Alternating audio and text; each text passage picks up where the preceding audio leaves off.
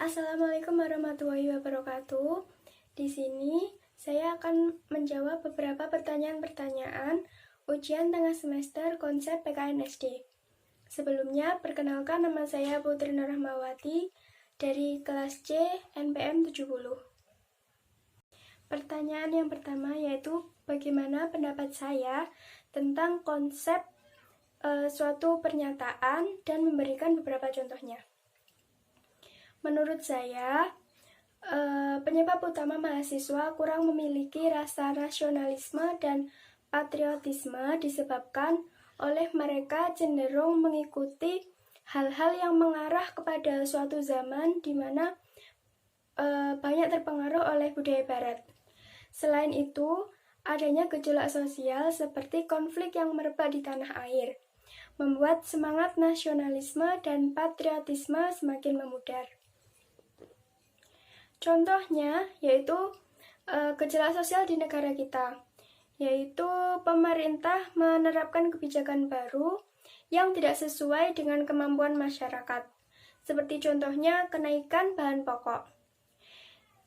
Pemerintah cenderung tidak mendengarkan aspirasi dari masyarakat. Dari hal tersebut membuat masyarakat menikmati alur saja dan cenderung lebih ikut mengalir melewati arus globalisasi saat ini.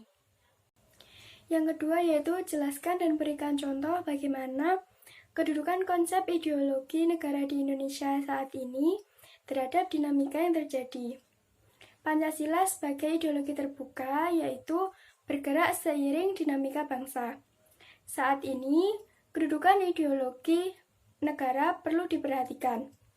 Penerapan jiwa nasionalisme haruslah ditanamkan sedini mungkin.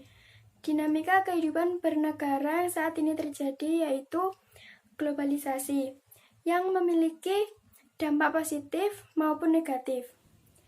Contohnya, kurangnya pengawasan terhadap penggunaan teknologi, sehingga banyak kabar palsu atau hoax yang bertebaran. Kedudukan Pancasila sangatlah penting. Hendaknya Pancasila benar-benar diterapkan sebagai penyaring bagi hal-hal negatif yang dapat mengganggu nasionalisme negara.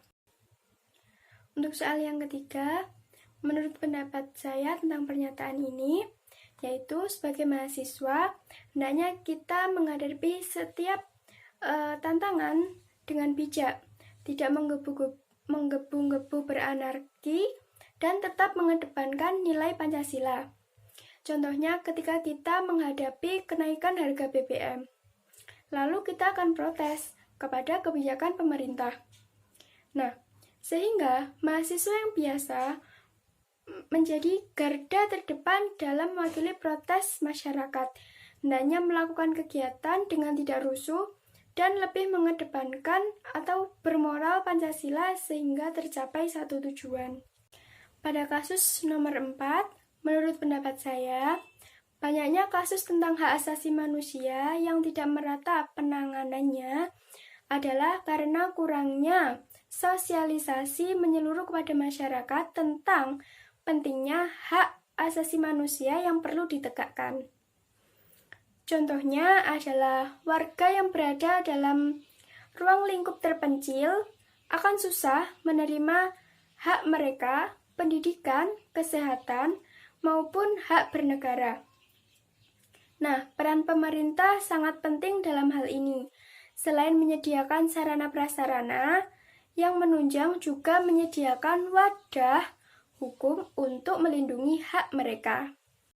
Baik, soal yang terakhir yaitu bagaimana hubungan kewajiban dan hak negara dan warga negara yang tidak bisa dipisahkan. Kewajiban pada hakikatnya yaitu segala sesuatu yang kita laksanakan, sedangkan hak yaitu segala sesuatu yang kita dapatkan. Nah, setelah menjalankan kewajiban, hak dan kewajiban haruslah dilaksanakan secara seimbang, bersinergi, sehingga kehidupan yang berjalan akan selaras. Contohnya adalah sebagai warga negara. Kewajiban kita sebagai warga negara yaitu menaati segala bentuk peraturan dan kebijakan pemerintah. Contohnya, apabila kita ingin membuat KTP, tentu kita harus melaksanakan sebuah prosedur untuk membuat KTP. Setelah prosedur tersebut dilakukan, barulah kita mendapatkan hak, yaitu KTP yang dapat kita manfaatkan untuk beberapa kepentingan kita. Sekian penjelasan dari beberapa pertanyaan tentang ujian tengah semester konsep PKNSD. Apabila ada yang kurang atau tidak berkenan, saya mohon maaf. Wassalamualaikum warahmatullahi wabarakatuh.